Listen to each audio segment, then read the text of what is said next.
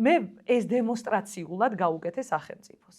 აი სახელმწიფოს ამით ვეუბნები. მე თუ გავყიდი ლარად, ფერმერი ვრჩები მოგებული, მე გიდებ პირობას თუ ლარად გავყიდი, მე გამდიდრდები, კარგად გამდიდრდები თან, მუშახელს დავასაქმებ, დოვლადს შევქმნი, გადასახადებს გადავიხდი, დისტრიბუტორსაც დავიქირავებ, მძღოლსაც დავიქირავებ, აქ შეიძლება პატარა ფართიც თუ არა, რაღაცა ბაზრობები გაკეთდეს. ევროპაში ხომ არის ახლა ორშაბათს რომში ვიქნები და გაჩვენებთ იქედან როგორ მუნიციპალიტეტები როგორ უწყობენ ხელს ფერმერებს.